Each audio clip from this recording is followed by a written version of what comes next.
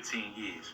And his father always told him, if you ever go to prison, don't expect me to write you, call you, or put money on your books. As a child, that was drilled into his head. So when he committed the crime that was going to put him in prison for 15 years, he literally thought that his father would forget about what he was saying. When the son was on trial and he got found guilty, the father told him, we'll hear from you in 15 years. For some weird reason, he thought his father was joking. And then he said to himself, if my father won't talk to me, if my father won't send me money, my mom will. So this young man tried to call his mother and father, never got a reply. He wrote letters, never got a reply. So 8 years passed, right? Never talked to his father, never talked to his mother. He gets a letter from his father. And his father said, I told you I would never write you, but I feel like I owe you this. I just want you to know that your mother passed away. And then he said, the next time you will hear from me, if somebody else passed away, or when you get out. He said, P.S. I love you, hold your head up. The letter was short, plain, and simple. The young man broke down in tears. He was mentally beat up, mentally drained. He hasn't talked to his mother or father for almost 10 years. 10 years. He started growing hatred in his heart for his father because he felt like his father was the reason why he could not connect with his mother.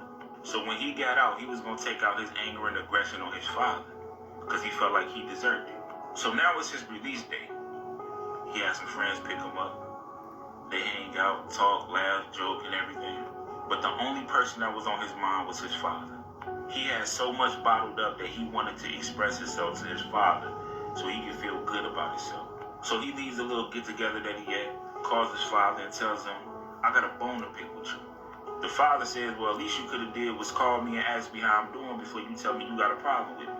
The son responds with, well, you didn't care how I was doing, so why should I care about you? The father said, well, you cared enough to call. He said, yeah, because I want to tell you how I feel. The father said, well, I don't care how you feel.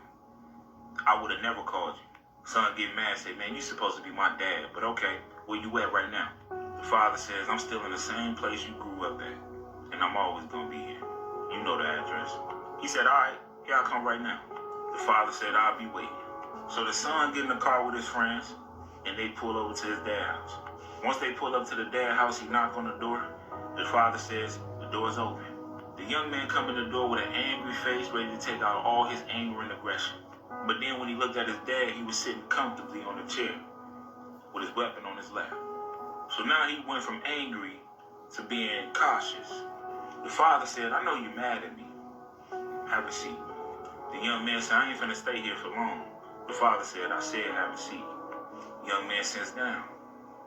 The father says, now tell me what's on your mind. He said, how can you allow my mother not to talk to me the whole time I've been in prison? You supposed to be my father. That's my mother. How could you do this to your own child? Now I gotta deal with the pain of not ever seeing my mother because of you. The father let him speak his piece until he was quiet. Then the father told him, son, you did this to yourself. He said, I told you ever since you was a little boy, if you ever go to jail or prison, I wasn't gonna support you. Cause me supporting you in that cage only means I supported your behavior to put you in that cage. If I allow you to get put in the cage because of your behavior, and I send you money, give you calls to be your therapist, write you letters to let you know you're not alone, I'm not holding you accountable for what you did. When you chose to do that crime, you didn't think you was going to get caught, and I understand. But when you chose to do that crime, you chose to take yourself away from us. He said, son, think about it. If you would have never did the crime, you would have been here talking to your mother. If you would have never did the crime, me and you could have had a better relationship. If you would have never did the crime, you could have been somewhere in life. You chose to take the easy way out, and now you got to deal with the consequences. He said, son, smart people hold themselves accountable. Ignorant people look for sympathy. You ain't gonna get no sympathy when I raised you not to put yourself in that situation. The son said, you know what, Dad? I get what you're saying. But what if it wasn't my fault? The father said, son, it was always your fault. He said, see, Dad, that's the thing. My friends really committed the crime. I ain't even do nothing. The father said, so you really don't know what you did in that situation? He said, what you mean? He said, son, you You chose to hang around them no good at, excuse my language. You chose them friends. You knew they wasn't no good, and you still chose to hang around. You remember when me and your mama used to always say, if your friends jump off a bridge, would you jump off one? And son, what would you always say? He said, I say no because I'm not a follower. He said, so why you follow them young men to do that? You want me to have sympathy for you jumping off a bridge because your friends did it? He said, take accountability, son. Because the moment you take accountability is the moment you become a man. He said, but Dad, I did take accountability. I know I committed the crime. He said, you didn't take accountability because you just told me you didn't. Now the young man is looking at his father like, man, he 1,000% right. The father telling him, I still love you. I support you being a better man, but I would not support your bad decisions. Father said, I would hug you right now, but I still don't trust you. I'm actually leave my house. Young man had a tear drop out his eye and said, Dad, I love you. And thank you for the real love. He said it was tough on me, but I know you really love me. The young man jumped in the car with the friends that came and picked him up and realized that these is the same guys he was committing crimes with.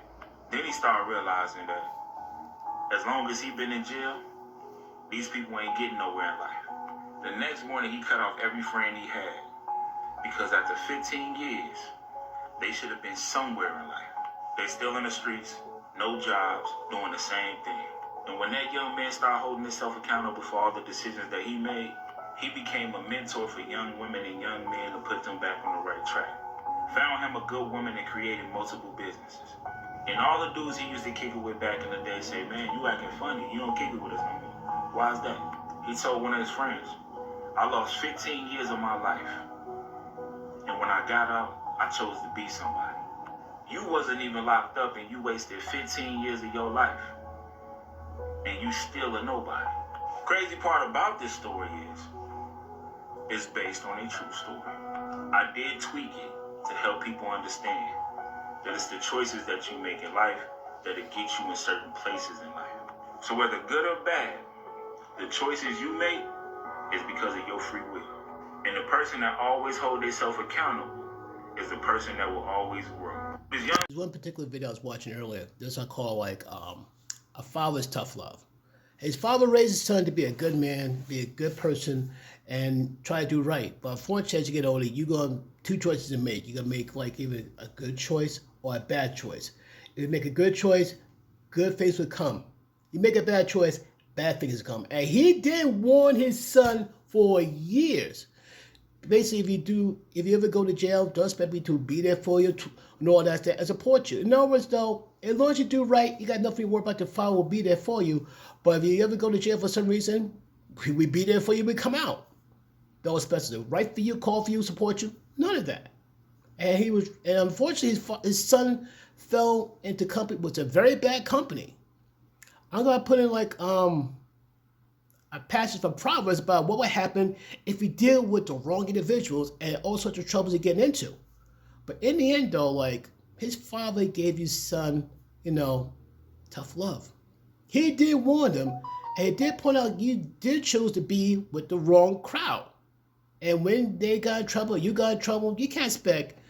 Basically, he taught his father taught his son the real meaning of accountability and responsibility.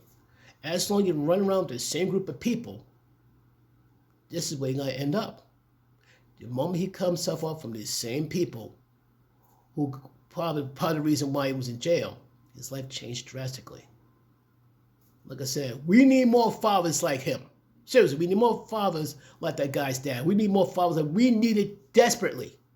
But folks, what are your thoughts on it? And plus, if you have any stories similar like this, or know your friends who've been for that type of thing, please let me know. I beg you, please, because, somebody probably need to hear some words of encouragement during times like this. So I'll thank you very much. By the way, 4,000 subscribers later. Thank you, folks. Thank you for me, my ride and dies and all that stuff. We need to keep this thing going. My goal before the year is over is hit over 10,000. You heard me, 10,000. I believe we could do it. But I got a long, long road ahead, but I need your help. But I thank you once again.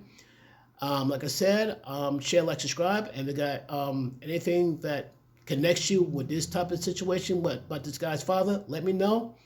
I'll talk to you soon. Peace.